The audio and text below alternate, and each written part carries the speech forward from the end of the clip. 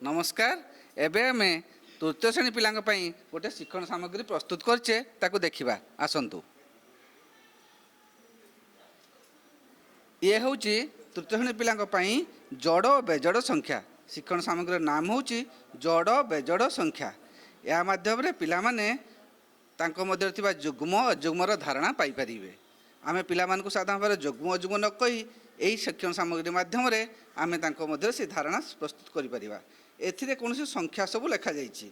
ए संख्या मानकु पिला माने कोन करिवे ना एपरि ए काठीटी को बुलाइबे। बुलाइबा द्वारा से देखिए ये जपरी 5 एवं 0 आसला जदि दुईटा धला चिन्ह आसब तब जानवे से गुड़ी हूँ जड़ संख्या एवं बुलाइबा पर जदि दुईटी भिन्न रंग आसे से रंग को चिन्ह जानवे एगुड़ी हूँ बेजड़ संख्या। ये जपरी ये आसला 2 एवं 7 दुईटा 2 एवं 7 ये आसला 6 आ 0 तेणु ये दुईटी हूँ जड़ संख्या। यही भाव में से जड़ और बेजड़र धारणा पाइबे एवं जुग्म जुग्म को परवर्ती समय खूब सुंदर भाव में शिखिपारे। धन्यवाद।